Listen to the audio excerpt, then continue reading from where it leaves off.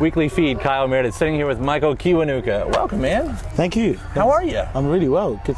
Happy to be here. Yeah, we're here in our campfire setting. Yep. We're at the Heartbreaker Banquet, Willie Nelson's ranch, anyway, in Luck, Texas. Yeah. Which is kind of bizarre. This whole thing. It's like a little ghost town here. Yeah. If I've never been somewhere like this before. It feels like I'm on a film set. Yeah, you know, it originally was a film set. Oh, right, I thought so. It looks like they built it for that. We couldn't figure it out. It's for a movie called The Red-Headed Stranger. Oh, right, which, yeah. You know, it's so kinda, that album. Yeah, right. Nelson album. Yeah, oh, it's kind of fitting. That makes sense now. Yeah. Did you have much country music in your background? I know some of the influences and everything. Yeah, my influences are. It's not in my background in terms of family, but it is in what I listen to. Yeah. Because I know you had the whole Dylan thing going back, which wasn't really. It's got some folk, but there's some country. There's definitely American influences, and through Dylan you find people like Emily Harris, Johnny Cash, and obviously Willie Nelson. That Red-Headed Stranger album I had on vinyl, and like the band, you hear people on that. Sure. There's country influences with that, so yeah, there's quite a bit. I love it. It all kind of seeps in. Yeah. Well, it's been a heck of a year for you. Was it just about a year ago this time that your album came out, right? That's right, yeah. Yeah, and what a start too, because we'll jump back to where that all began, because I guess it was when you got the award for Sounds of 2012. That's right, yeah. Over in the UK. Yeah. There was a quote, and I forget who you're doing the interview with, but there was a quote saying, you know, you were excited, but you were a little worried about all the baggage that comes along with it. Yeah, you know, like, I mean, looking back, it was cool. I wasn't too worried, but yeah, there can be a backlash with so much like promotion and expectation.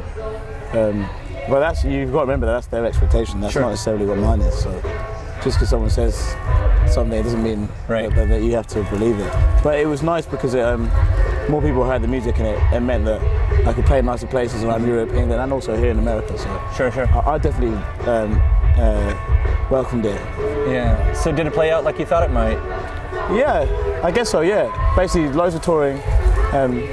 You know, people having the album and getting to be a singer-songwriter with an album out that's done fairly well. That's what I thought it would help me do. And that kind of happened. So it played out like that. But then, of course, like you can't really imagine what can go on. Right. But it was a great year. It was fun. Well, I think it's funny that you said singer-songwriter, because I mean that's a genre, but it's also one of the last things I think of when I think of you, and I guess because that big lush sound that you're able to pull off, you know. Yeah. Well, in the studio, I mean, like today we have a set, but it's stripped back, so you'll see more singer-songwriter.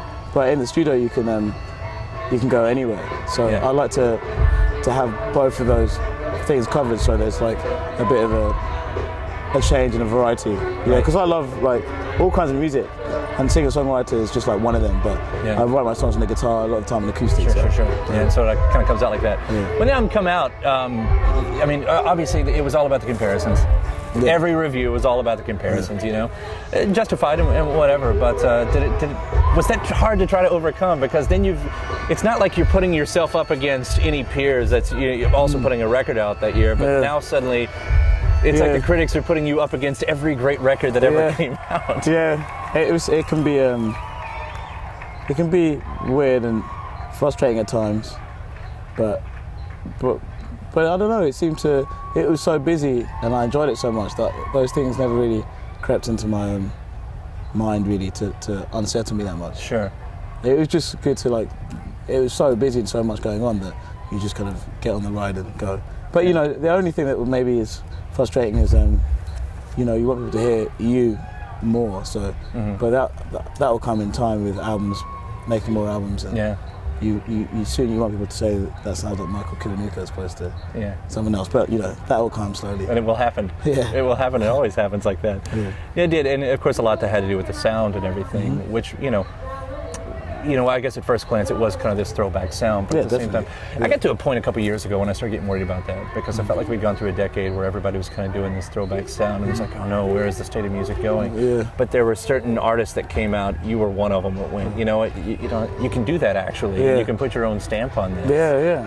I think it's like the important thing with that, and just like music, is just whatever comes naturally to you, and it's just you. Personally, you know, just as long as you're being yourself, it's okay.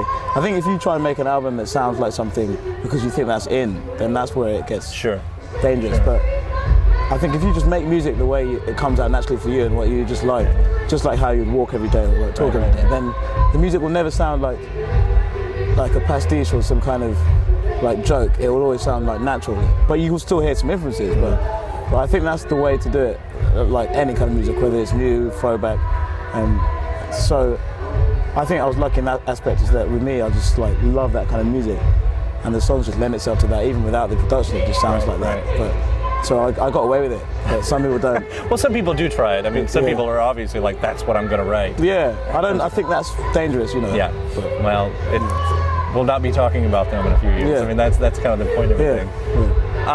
You know, some of those heroes and everything too, but you were able to, you know, where I guess in your bio and everything, how you discovered Hendrix and so on, you know, were you able to ever look back at their careers at that point and say, I could model myself career-wise a little bit, you know, these are the footsteps I want to follow in, you know, is there kind of that master plan? Oh, definitely. Like, I think it's important to look back at anyone's career that you like to just learn how to carry yourself, because it's like this job has ups and downs. So there's times where everything's going well, like Sound of 2012, but then there'll be times where like no one wants to hear any of your music, or you know, you might be writing songs that you love but no one cares about.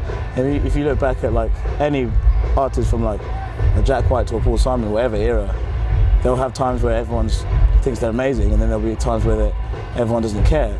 But it's easy to look back at someone like a Marvin Gaye who's dead now and think that he had like a good time the whole time. Sure. But actually there'll be decades or like years where no one's interested. So I think if by looking at other people's career, it shows you how to do music properly, you know, rather than listening to like the internet and who's saying, or magazines or like A&R men saying this is properly, do that, or some magazine or some tweet or how many followers someone else has. That's kind of dangerous. So, and if you watch all the people that have been before, or like some people who are doing well now, you notice that they don't do that. So I think it's good to model yourself on some people. It's all right, Michael. We're never, ever, ever going to have a bad era with you. Oh, it's all I don't know. I've only made one album. You haven't heard the new stuff. You're batting 1,000. You know, you haven't heard the new stuff. It could be like it's terrible. Are you working on the new stuff already? Is that happening? Yeah, there's some new music. I haven't had time to do an album because we've been touring so much. But there's an EP coming out in around the summer. I don't know when, but it's being finished now. So there's some new music coming for this year, a couple of songs, and then an album for the year after that. Just still got your stamp on it? You trying something else? Yeah. It's still got my stamp. I still think it's trying something else. Like, I've played it to a few people. Some people like it, some people just don't say anything. But I love it. So yeah, right. Well, that's the important part. But there's still my stamp. There's more guitar. There's more guitar in it.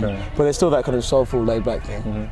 Here you are making EPs and albums, and of course your albums sound like albums. And you know, there's the whole back and forth, like, well, we live in a singles world with a vinyl resurgence. Yeah. It's basically that. Yeah, that's a good way to describe it. You know, it's like, and when you're putting these together, I mean, are you thinking of that at all? It's like, you know, maybe the sequencing. Do I care about the sequencing? Do you care about the sequencing? I care about the sequencing more than the singles. Yeah. I mean, like this EP, it's like 3 songs for this one anyway.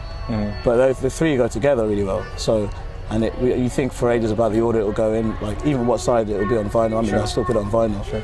So, you know, one song's long, that's one whole A side, and the B side goes together, enough variety. I think, like, you know, I imagine my music being listened to more like on a long car journey. You can't really shuffle, you're busy, like, so you just put the album on and you don't want someone to change it. Like, that's the key. And it's the same with the vinyl, you can't skip. So you have to try and make it as good as you can. And even though not many people listen to music like that, I like that. I think there's a nice art to that, so I'm going to stick to that. Well, I'm happy you're doing it. I'm happy you're making the music you're making. Congrats, man. Oh, thank you. Awesome talking to you. Yeah, thanks for having me. The records are great. Can't wait for the CP. Yeah, I can't wait to put it out. All right.